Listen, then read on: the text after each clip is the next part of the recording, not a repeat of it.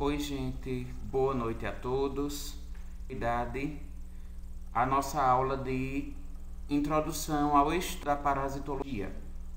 A gente iniciou essa aula lá na modalidade presencial, mas veio esse decreto do governo do estado e nos fez ter aulas remotas. Então, desde já eu venho tranquilizar vocês com relação a isso.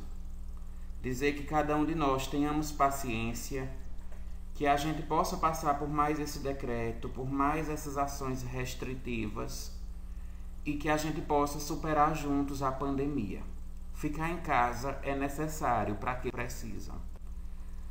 Quem não pode ficar em casa, quem sai para trabalhar, então a gente também compreende porque sabe que faz um serviço essencial.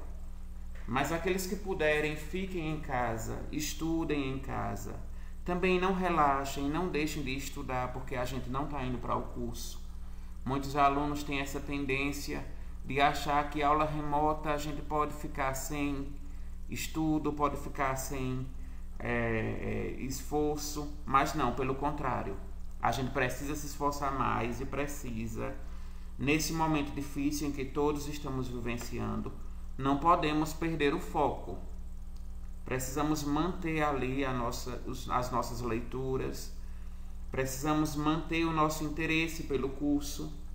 Então hoje eu venho mais dar essa palavra de ânimo a todos, dizer que tudo isso vai passar.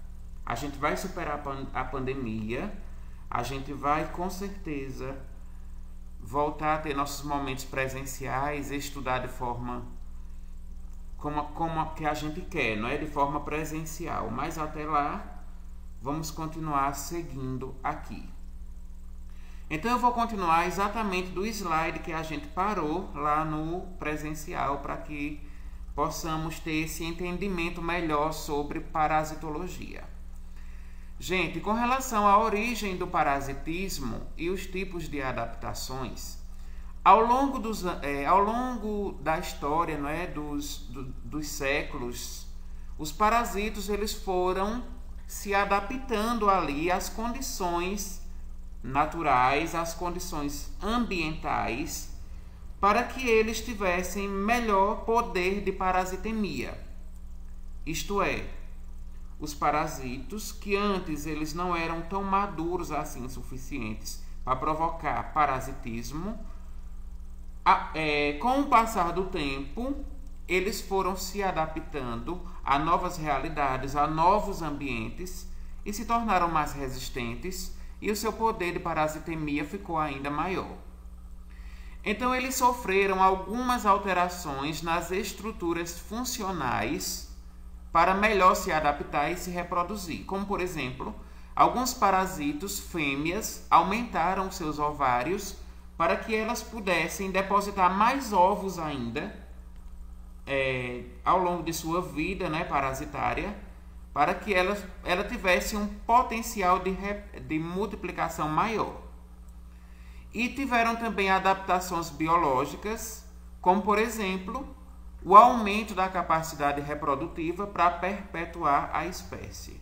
Mas, professor, o que isso significa? Significa que os parasitos, de forma geral, aqueles que se reproduzem de forma sexuada, ou seja, tem o macho, tem a fêmea e tem a cópula, para que essas fêmeas elas se depositassem mais ovos e se reproduzissem muito mais com isso, elas fizeram essas adaptações biológicas, aumentando a capacidade reprodutiva, aumentando o tamanho do ovário e, com isso, tornando o seu efeito reprodutor muito mais eficiente. Com relação aos tipos de associações entre os parasitas, as espécies de parasitas evoluíram e permaneceram como uma população ou grupo. E existem interações entre os parasitas e os hospedeiros. Essa interação a gente viu no primeiro slide lá, né, na aula presencial, que para haver a existência do parasitismo, tem que o parasita e o hospedeiro estar ali em um contato íntimo, em uma relação intrínseca para que possa existir esse parasitismo. Essas relações, essas interações entre parasita e hospedeiro podem ser divididas em relações harmônicas e relações desarmônicas. Dentro das relações harmônicas, a gente vai estudar cada uma delas. Nós temos o comensalismo, o mutualismo e a simbiose. E dentro das relações desarmônicas, nós temos a competição, o neutralismo, o canibalismo, o predatismo e o parasitismo. Então vamos adiante, porque a gente vai estudar cada uma delas. O comensalismo é a primeira modalidade de interação que a gente vai estudar. Ele está dentro das interações harmônicas. No comensalismo, existe uma relação parasito-hospedeiro, a qual, nessa relação, o hóspede, que é o parasito, ele vai obter vantagens sem trazer prejuízos para o hospedeiro. Então, o que é que eu quero que vocês entendam de comensalismo? Lembram da nossa aula de bactérias, que eu falei que tinha as bactérias mutualistas, as bactérias comensais e as bactérias oportunistas? Então, aqui dentro do parasitismo, os parasitas eles também poderão ter relações de comensalismo.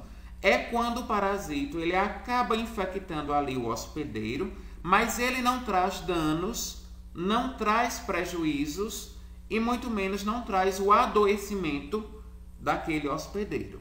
Então isso a gente diz que é uma relação comensal. O parasitismo existe, o parasito está ali dentro do hospedeiro, mas ele só quer obter vantagens, como por exemplo, proteção, transporte, nutrição. Ele quer obter sangue, por exemplo, alguns nutrientes, algumas moléculas ali do hospedeiro, mas isso não acarreta danos ao hospedeiro. E um exemplo de comensalismo é um tipo de parasita que é a Entamoeba coli, que é um tipo de ameba que promove parasitismo, mas sem causar doença no hospedeiro. Então esse é um exemplo de comensalismo. E aí vocês veem na imagem a Entamoeba causando parasitismo no intestino humano. Percebam essas bolinhas pretas, são as entamoebas, são as amebas, parasitando ali células humanas. Nós temos o mutualismo, quando duas espécies elas se associam para viver e ambas são beneficiadas. Então, no mutualismo, nós temos ali parasito e hospedeiro, e tanto o parasito obtém vantagens, como por exemplo, abrigo, nutrientes, dentre outras vantagens, crescimento, reprodução, mas também o hospedeiro obtém vantagens com esse parasitismo. O ser ou a pessoa que está sendo parasitada também vai ter benefícios e não vai desenvolver ali um processo patogênico, ou seja, não desenvolve a doença. Então, um exemplo de mutualismo são protozoários do gênero Hypermastiginia, que parasitam o intestino de cupins. Os cupins, que nesse caso são os hospedeiros, eles obtêm tanta vantagem quanto esse parasito aí, o Hypermastiginia. Isso é um exemplo de mutualismo, os dois vivendo de forma harmônica, onde nenhum traz prejuízo para o outro. E nós temos um outro tipo de interação que é a simbiose.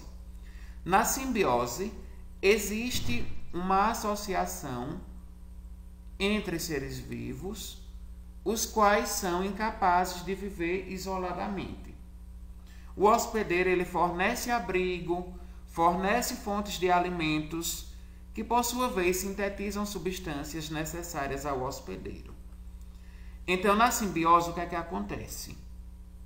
Existe o parasitismo, mas se eu tratar esse parasitismo, se eu retirar o parasita de dentro do hospedeiro, algum dos dois, ou o parasita ou o hospedeiro, vai morrer.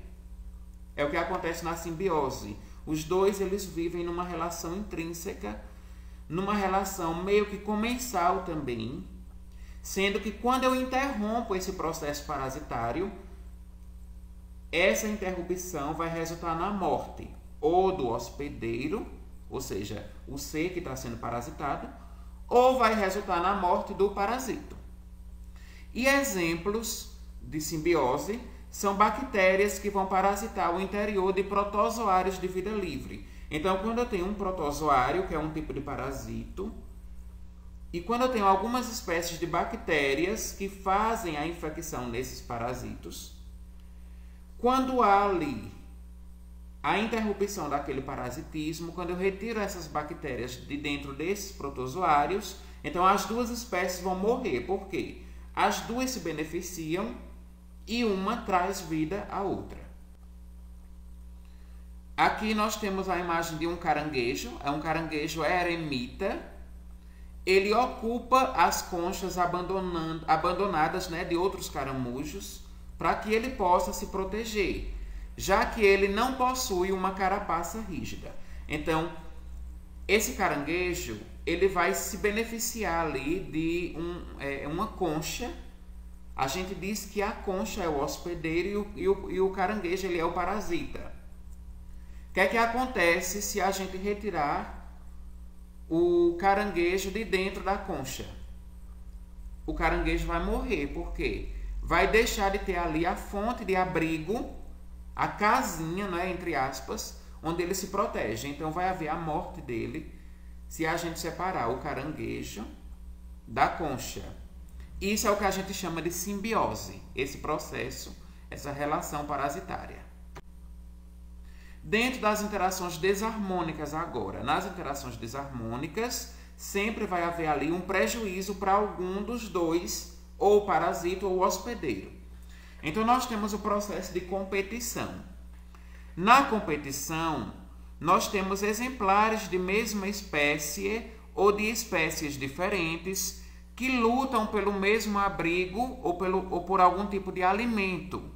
Então, normalmente, nesse tipo de competição, as espécies mais frágeis, elas perdem. Importante fator de regulação do nível de número da população. E como exemplos de competição, nós temos algumas moscas desse gênero aí, não é? Moscas Calliphoridae e moscas Sarcophagidae. Então, professor, o que é a interação desarmônica do tipo competição? Na competição, vocês imaginem assim, uma briga. Dois ou mais seres parasitas, vão competir ali pelos mesmos espaços, pelas mesmas fontes de alimentos. Vão competir por substâncias, por colonização. Então, sempre vai haver essa competição, essa briga. Como, por exemplo, essas duas espécies de moscas aí, que eu citei para vocês no slide, elas vão competir. E, normalmente, aquela espécie que for mais frágil, ela vai sair perdendo nessa competição. E ela vai ter que abandonar ali aquele local, aquele ambiente onde houve aquela competição, porque a espécie mais forte é quem vai determinar ali maior força de resistência e com isso vai conseguir expulsar a outra espécie de parasita. Então, nesse caso, a gente diz que houve uma competição. Dentro das interações desarmônicas, nós temos ainda o neutralismo. É quando duas espécies ou populações elas não interagem ou uma não afeta ali na ação da outra espécie. Então, por exemplo, o neutralismo é o contrário do que acontece na competição. No neutralismo, duas ou mais espécies de parasitos, eles vão conseguir viver juntos e uma espécie não vai impedir a ação da outra. Porém, na natureza é muito comum, é muito raro que haja esse tipo de interação. Por quê? Os biólogos não observam mais esse tipo de interação, o neutralismo. Ou seja, é muito difícil duas, três ou mais espécies estarem parasitando ali o mesmo hospedeiro e conseguirem viver ali bem, de forma que não haja competição. mas que existe essa forma de neutralismo também. Gente, eu sei que esse é um assuntozinho mais complexo, mas caso vocês tenham dúvidas, a gente vai discutindo no chat, no zap, certo? E aí eu trago para vocês imagens das moscas Calliphoridae e das moscas Sarcophagidae. Essas duas espécies aí de moscas, elas acabam competindo pela mesma fonte de alimento. Então, vocês veem aí, elas estão depositando ovos aí na imagem em um pedaço de carne, não é? Seria carne animal, onde elas depositam os ovos delas, mas não há espaço para esses dois tipos de espécie. Então, o que é que ela vai fazer? Elas vão lutar entre si para que elas possam garantir essa matéria-prima aí, que seria essa carne, onde elas vão depositar esses ovos. Esse tipo de interação é a competição, certo? É quando uma espécie compete com a outra. Dentro das interações desarmônicas, nós temos o canibalismo. O que é o canibalismo? Uma espécie de parasita vai digerir a outra espécie, ou vai fagocitar, ou em uma linguagem mais clara para vocês, uma espécie vai comer a outra espécie. Então, um exemplo de canibalismo são os peixes adultos, né, do gênero Lebistes, que eles se alimentam dos filhotes. Então, um peixe maior se alimenta dos filhotes ali. Por quê? Como forma de controlar a população, porque senão haveria uma superpopulação de peixes, e a forma que a natureza encontra para que haja esse controle é: os peixes adultos, eles acabam devorando os peixes menores. Então, isso é um exemplo de canibalismo. Sabem, outro exemplo de canibalismo é na população de ratos, de roedores. Então, quando se tem ali um aumento muito expressivo da população dos roedores, e quando não tem uma fonte de alimentos comuns ali para eles, porque a gente sabe que ratos vivem no esgoto, ou nas canalizações, né, nas fossas, ou mesmo nos telhados das casas. E eles sobrevivem dos restos de alimentos que os humanos acabam depositando, acabam jogando fora nas latas de lixo, ou mesmo a céu aberto. Os ratos se alimentam dos restos alimentares dos humanos. O que é que acontece? Até uma coisa bem interessante, que agora, durante a pandemia, os restaurantes fecharam, não é, por causa dos decretos para conter ali a pandemia do coronavírus. Com o fechamento dos restaurantes, deixaram de existir sobras ali, porque as pessoas então fazem pedido de delivery, mas elas não vão mais para o restaurante. Como deixou de existir restos alimentares, logo os ratos começaram a ter mais fome, porque tinha menos alimento. Mas eles continuaram crescendo em número ali, se multiplicando, se reproduzindo, copulando. Então, os ratos maiores, tanto fêmeas quanto machos, começaram a devorar os seus filhotes. Por quê? Pela escassez de alimentos e por haver ali um aumento populacional, né, da população deles, o que teoricamente iria haver competição entre alimentos. Então, eles começaram devorando os outros. Isso é uma espécie de canibalismo. Aqui na imagem vocês veem um exemplo do ancilóstoma. A gente vai estudar também a doença chamada ancilostomíase.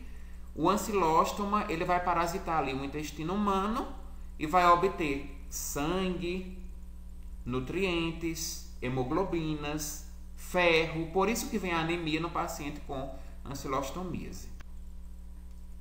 Com relação à ação dos parasitos sobre os hospedeiros, uma vez que esses parasitos entram e fazem esse processo de infestação, de parasitemia, eles vão trazer algum dano ali para a pessoa. A pessoa, quando ela vai adoecer, isso vai gerar algum dano em virtude da ação parasitária. Então, na ação exfoliativa, é quando o parasito absorve nutrientes ou mesmo o sangue do hospedeiro. Por exemplo, esse parasito que eu mostrei a vocês aí no slide anterior, o ancilóstoma, quando ele faz um processo parasitário ali no intestino, ele vai começar a obter fontes de nutrientes.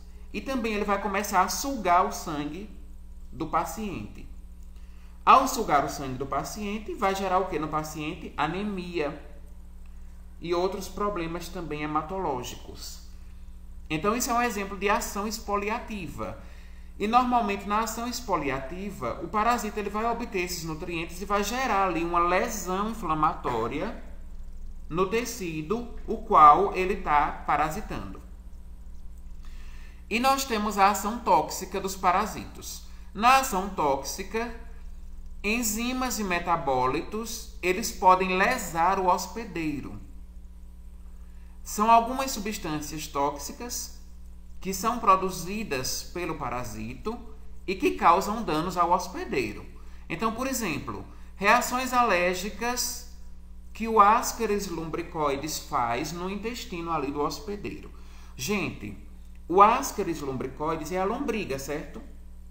É aquele parasito que a gente vê muito, é muito comum a gente ver, né, nas imagens, e mesmo crianças com intenso parasitismo acabam eliminando ali nas fezes e mesmo nos vômitos essas lombrigazinhas compridas que são alongadas, parecendo uma minhocazinha mesmo. São parasitos do intestino humano. Então, o que é que o Ascaris, que é a lombriga, faz no intestino? Essa ação tóxica. Porque ele libera substâncias, libera toxinas. Lembram que a gente falou das toxinas das bactérias? Que também são ofensivas ali ao hospedeiro. Então, os parasitos, eles também têm toxinas, que quando eles são liberados ali no tecido, eles acabam provocando essa lesão. Então, quando isso acontece, a gente diz que houve uma ação tóxica do parasito no hospedeiro.